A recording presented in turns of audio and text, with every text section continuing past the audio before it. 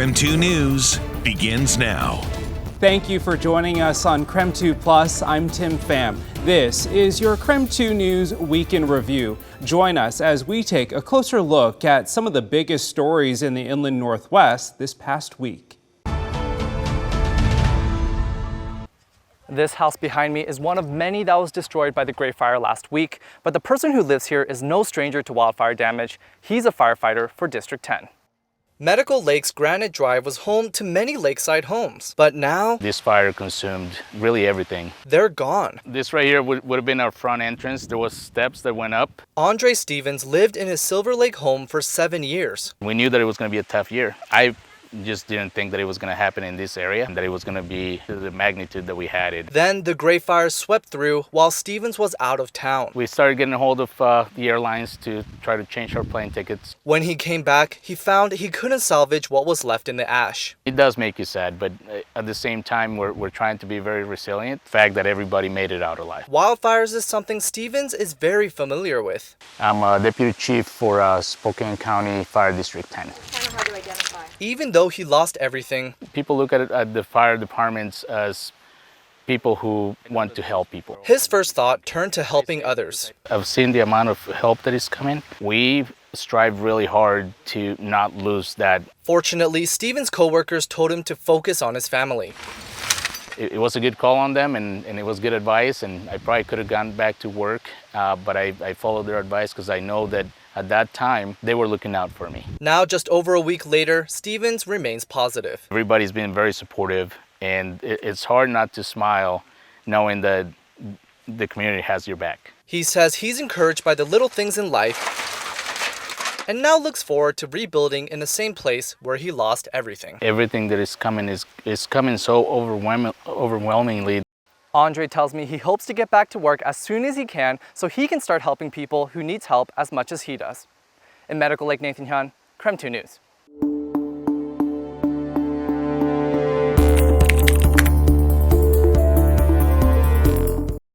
Well, the Red Cross is out here providing supplies and care to victims of the Great Fire, and they are also out doing damage assessments of some homes. But if anyone claiming to be with the Red Cross asks to go inside your home, that's a big red flag. With many homes destroyed or damaged in Medical Lake's Great Fire, the Red Cross is now trying to take stock of the damage. And so are opportunistic imposters. We approached a homeowner who stated that a Red Cross had already been there. Lacey Clark says this scammer went inside the home, something the real Red Cross will never do. Most of the time we don't even come on the property. As long as we can see the home from the street, that's where we will stay. It's unknown why these fake helpers are asking to go into homes, but there are some things you should look out for. Real Red Cross staff and volunteers will always be easy to spot with branded vests and cars. All of our disaster assessment teams will be in 2s or 3s. You can always ask to see identification badges if you're suspicious, and call the Red Cross or law enforcement if you're unsure someone's legit. The police are aware of it, they're watching for them. And something else to note, the real Red Cross employees or volunteers probably aren't going to ask you very many questions while they're doing those assessments. Again, if you're uncomfortable or unsure, you can call the Red Cross or the police department. In Medical Lake, Shannon Mowdy, KREM 2 News.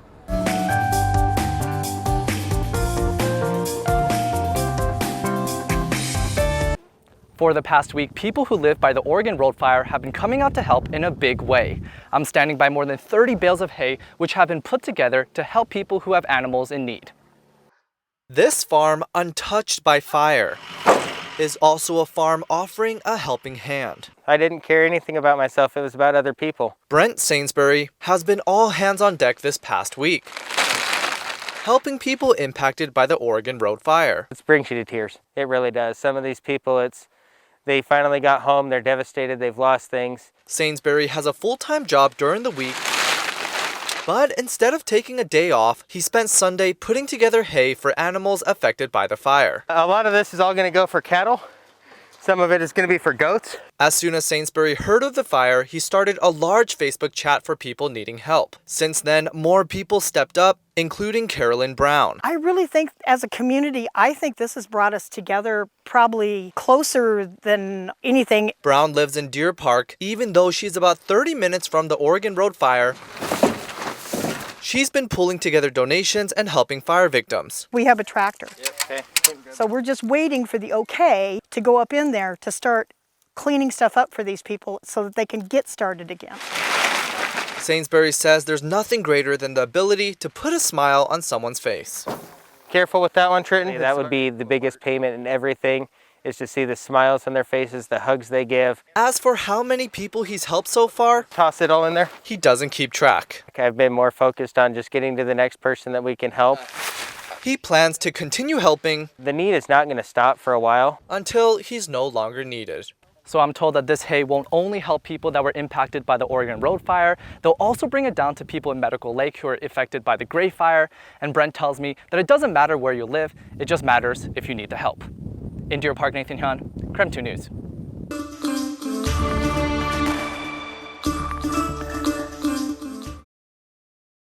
The school district's Community Facilities Advisory Committee spent the past year visiting each West Valley school building. They learned the condition of the buildings to determine what improvements are needed. That's how the committee identified 5 key projects. The projects include renovating or replacing Centennial Middle School, West Valley City School, and Spokane Valley High School, along with district-wide improvements. Now, the school district sent out a survey for feedback on these projects. All 500 participants included staff, students, parents, and residents living in the school district. The results came back in April, and they show renovating or replacing Centennial Middle School had the highest support. Returning kindergarten to neighborhoods and city school renovations followed. Now, to be clear, these 5 key projects are only recommendations by the committee for the school board to consider. The board is expected to decide in October if it will put the bond on the February 2024 ballot. If it does, it'll also need to determine which projects and for how much. Amanda Rowley, KREM 2 News.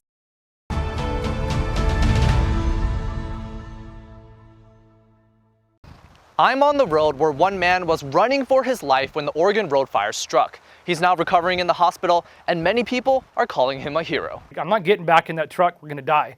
Justin Knutson was at his home when the Oregon Road fire broke out.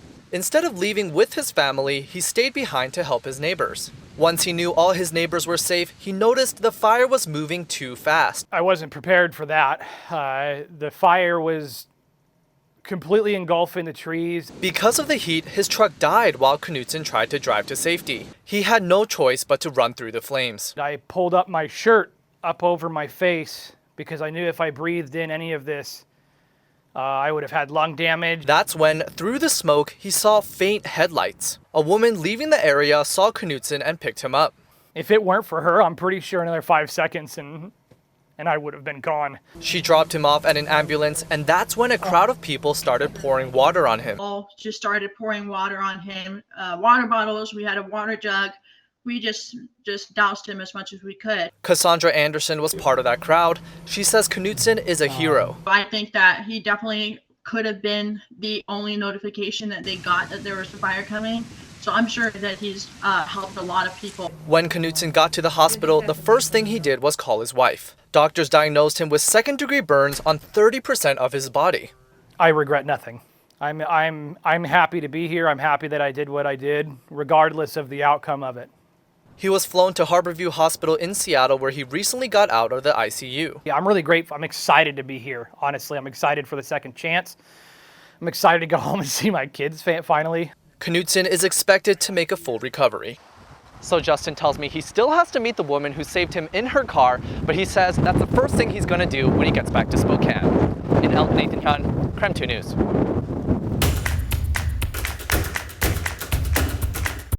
Council actually came up with the resolution passed 5-1 Monday after complaints and concerns from those working with Spokane's unhoused community. Spokane was on track to join with the Valley, Medical Lake, Airway Heights, and other cities in launching a regional homeless authority. But that track was moving much too fast for some. You only get one chance to do it right. Monday, Spokane City Council voted to slow things down after Spokane's Homeless Coalition and other groups sounded the alarm about the proposal. Spokane Unite put out a draft plan for the regional authority in June, and soon after came those concerns. And so if you want to meaningfully address homelessness in Spokane County, you've got to work primarily with the people who do it on a daily basis. It was a main issue for service providers with the draft plan. A lack of service providers or people with lived experience on the leadership board. Another issue, what they call a lack of transparency. Transparency in everything that's done. That is when it comes to budget, when it comes to expenses, when it comes to who's involved. We need to be able to see the big picture, and we need to know what the details are. The resolution passed Monday says the city hasn't provided council with a complete accounting of the costs and funding for homelessness initiatives or housing. If the data were good, you'd probably be sharing it, so maybe there's a problem that we need to know about. According to the resolution, council will agree to a short-term agreement and funding for the coalition for next year only if several conditions are met, including Spokane Unite providing a detailed operations budget for 2024, the current draft charter changed to focus on housing and homelessness, not public safety or incarceration, and all data shared with Spokane Unite by the city must be shared with council. Council member Jonathan Bingle voted no, saying it put an already delicate agreement in jeopardy. I promise you, we are not moving fast in this thing at all. We have spent 6 months so far working on this, and we have not come anywhere near an agreement because there are so many issues. Council member Michael Cathcart called the resolution a guardrail for the ongoing negotiations, something he sees coming to implementation sometime next year.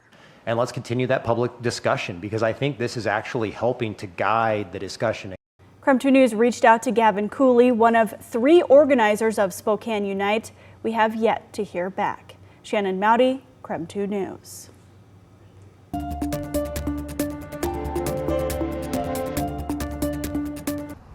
There was definitely hesitation whether or not Medical Lake schools would begin today, but after hearing from parents and lowered evacuation levels, students started school when they were supposed to.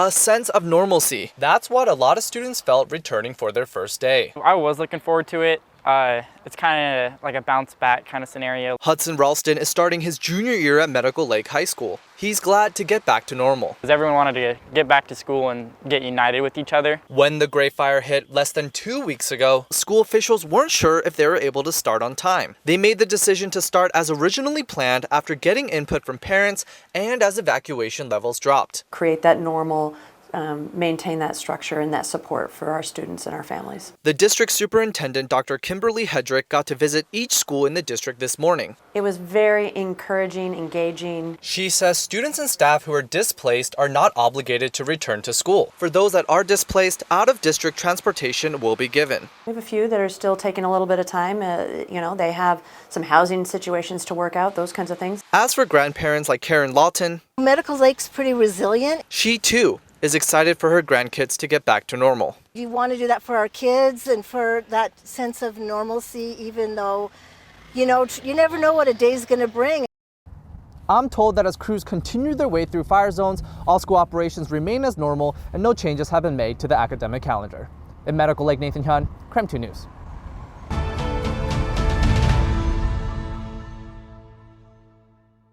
Yeah, this is not completely safe to walk through,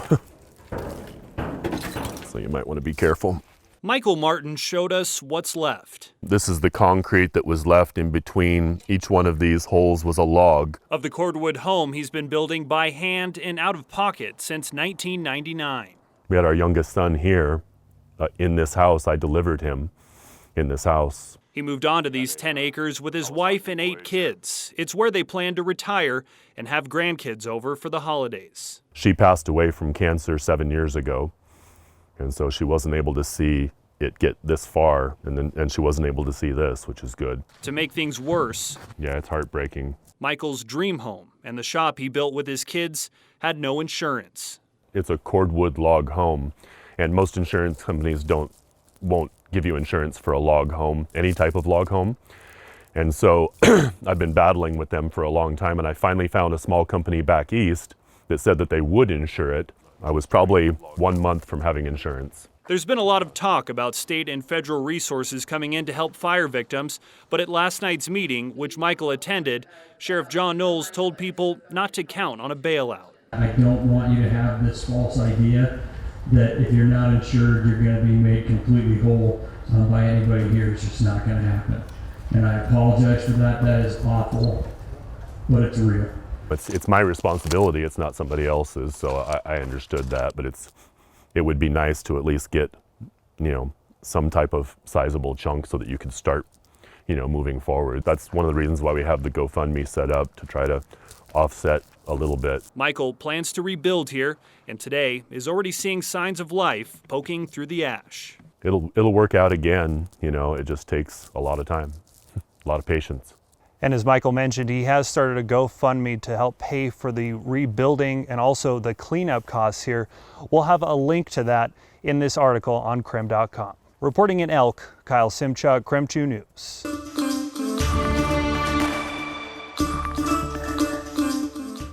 Race war is coming. Woke America is out to make white people extinct, and it will be forced upon the survivor generation. That's a KREM 2 viewer from Post Falls reading part of a letter that she says she and her wife got in the mail 2 weeks ago. It was from a group of white nationalists. Now, the letter describes a group called the Northwest Front and its plan to create an all-white ethno-republic in Washington, Idaho, Oregon, and western Montana. I spoke exclusively with the couple to get their reaction and learn more about who sent it. Anti-white laws and crime rates leading up to the race war are getting worse. That's just part of the welcome this couple received months after moving into their new home in Idaho with their young son. Out of respect for their privacy, we aren't naming the couple or showing their faces. They tell me they're worried about even more retaliation. I mean, we knew coming into it that it's just not the most ideal place to live for a gay biracial couple, but we had to do what we had to do. So when you first received the letter, what was your initial response, especially after reading it? Wow, how could anybody be so disgusting? And I mean, how is this allowed? I mean, the police officer said it's technically freedom of speech, but to me, this is like a hate crime. The letter addressed one of the women by name. How do they have that information? How do we know that we just moved here?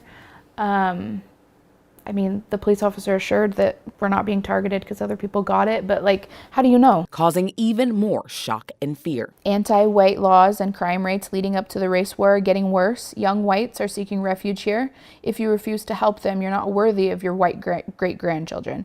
Do nothing and they won't be white. Sadly, experts say that fear is exactly what these groups are trying to instill. But I think it's important to remember that this is a tactic that comes from a place of weakness because very few people can have a very large impact. That's why they're doing it. It can make their group seem more powerful or more organized than they are. Cassie Miller is a senior research analyst at the Southern Poverty Law Center. They track hate groups all over the country. The idea behind it is to forcibly seize the Pacific Northwest and put it under control of white supremacist militants. The SPLC has been keeping tabs on this specific organization based out of Western Washington. It was formed in 2009 in Bremerton.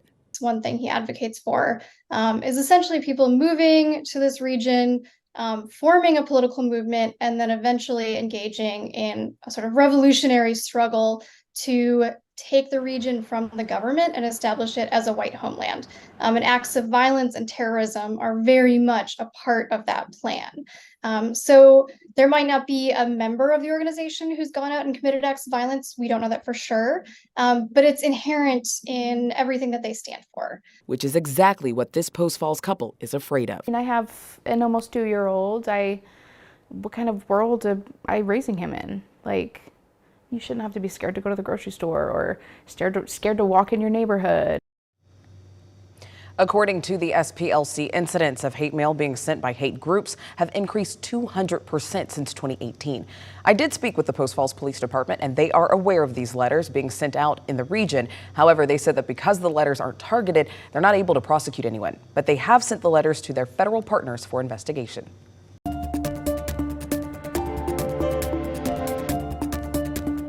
Well, a lot of people here tonight were left scratching their heads because trustees were tight-lipped about everything. They would not reveal who this former employee is or why they may potentially be seeking damages. Trustees Corkill and Zimmerman think it's absurd to even discuss a settlement over what they say are mere accusations and when the investigation has not wrapped up yet. Now listen to this heated exchange between Trustee Zimmerman and Chair McKenzie. I have a lot of problems with what you're putting forth here. Okay. You don't negotiate terms of a settlement for an accusation, for something that is unfounded. We have an investigation underway. We don't have, Okay, so all of now this- you're going to interrupt me. I'm sorry. All of this could have been said in executive It does session. not need so to be functions said board. in executive session. I have every right and was elected to say it in an open meeting. Are you going to continue to interrupt You me? have a fiduciary duty. We're dealing You with have highly a paid fiduciary duty. individual duty. All three of you have a fiduciary duty. We're dealing with all highly paid individuals. Will you please quit interrupting me? Now, Trustee Zimmerman later revealed the proposed settlement is starting at $1.3 million.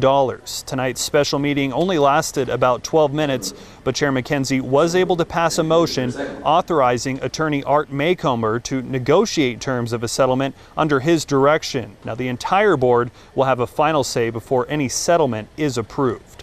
Now, if you're confused by all this, you're certainly not alone. Again, trustees have not confirmed who this former employee is and what they're alleging.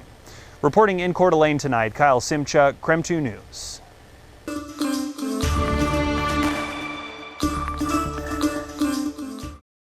It's a bittersweet day here at Dean's Drive-In. This family business of nearly 30 years is closing, and I'm here on their final day of taking your order.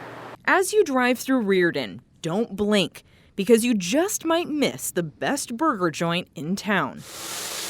Your order might take a minute, maybe 40 minutes. But whatever comes off the grill is worth the wait.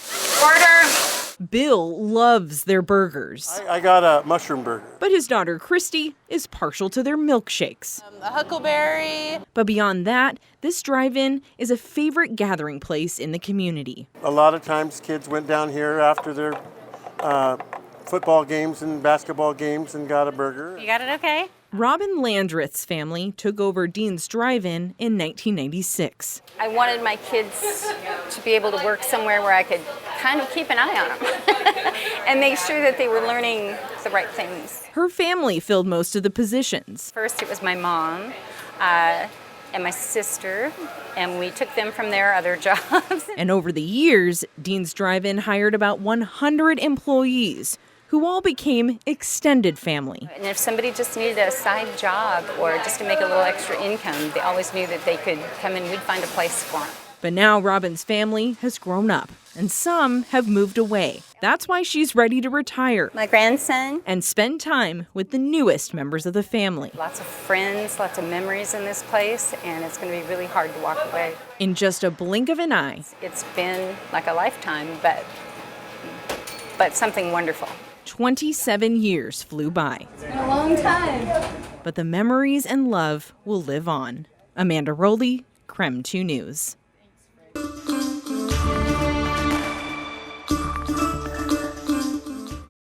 It may be raining here today, but there is no dampening the excitement for the opening of the new turf field here at Freeman High School. As the football and soccer teams get set to begin their seasons, a year-long process has finally come to fruition. It just puts a big smile on my face to see the kids and how excited they are. I was down here the first day and then just seeing the kids running out here excited. The decision to switch to turf came largely due to water use. It's mainly due to lack of water out here. We have one well we have one well here on campus, and we've put a lot of money into our grass field here where we do the work and then we just wouldn't reap the rewards of all that work and money. The new turf will service much more than just Freeman's sports teams. Our elementary, our middle school, our high school kids are all going to benefit from this, whether that's through athletics, whether that's through our PE departments, whether that's through our performing arts department, being out here and be able to march on the turf surface. So there's so many benefits to more than just our football and soccer and track teams. This new addition will help set Freeman apart. This is just another step in the right direction for our district and our community to have something like this, which there's only one other 1A school on the east side of the mountains that I can think that has a turf field. The field is officially open for business Friday afternoon for the first soccer game of the year against West Valley. The field will officially be dedicated in a special ceremony at 6 p.m. on Friday ahead of the first football game of the year. For now, reporting at Freeman High School, Andrew Quinn, KREM 2 Sports. Thank you for joining us here on KREM 2 Plus for a look at some of the biggest news stories of the past week. For the most current news throughout the weekend, you can watch our latest newscast right here on KREM 2 Plus. Just look for them in the bottom navigation menu. I'm Tim Pham. Thanks for watching.